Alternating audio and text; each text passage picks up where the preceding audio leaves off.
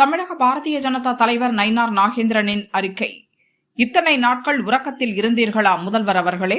ஆண்டுதோறும் ஜூன் 12ஆம் தேதி மேட்டூர் அணையிலிருந்து நீர் திறந்துவிடப்பட வேண்டும் என்பதும், இந்த ஆண்டு அணையில் நீர்வரத்து குறைவாக இருப்பதும் உங்களுக்கு நேற்றுதான் தெரியுமா? வழக்கமான நிகழ்வை கூட முன்கூட்டியே ஆய்வு செய்து திட்டமிட முடியாத அளவிற்கு ரீல்ஸ் எடுப்பதில் படு பிஸியாகிவிட்டீர்களோ? மேட்டூர் அணையிலிருந்து தண்ணீர் திறக்க வேண்டிய தேதியன்று அணையில் நீர் குறைவாக உள்ளது, அதனால் சிறப்பு தொகுப்பு கொடுக்கிறோம் என்று கதை சொல்கிறீர்களே. உங்கள் குறுவை சிறப்பு தொகுப்பு திட்டம் என்றைக்கு செயல்பாட்டிற்கு வருவது? டெல்டா விவசாயிகள் எப்பொழுது தங்கள் நடவை ஆரம்பிப்பது? மழை நீரும் அல்லாமல் அணை நீரும் தராமல் வெறும் வடிமுனை குழாய்களை கொண்டு மட்டுமே பாசனம் செய்ய முடியுமா? தமிழகத்தில் தொடர் மின்வெட்டு பிரச்சனைகள் தலைவிரித்து ஆடிக்கொண்டிருக்கும் சூழலில் விவசாயிகளுக்கு 18 மணி நேரம் தடையில்லா மின்சாரம் வழங்கப்படும் என்று நீங்கள் சொல்வது கேப்பையில் நெய்வடியும் கதையன்றி வேறென்ன?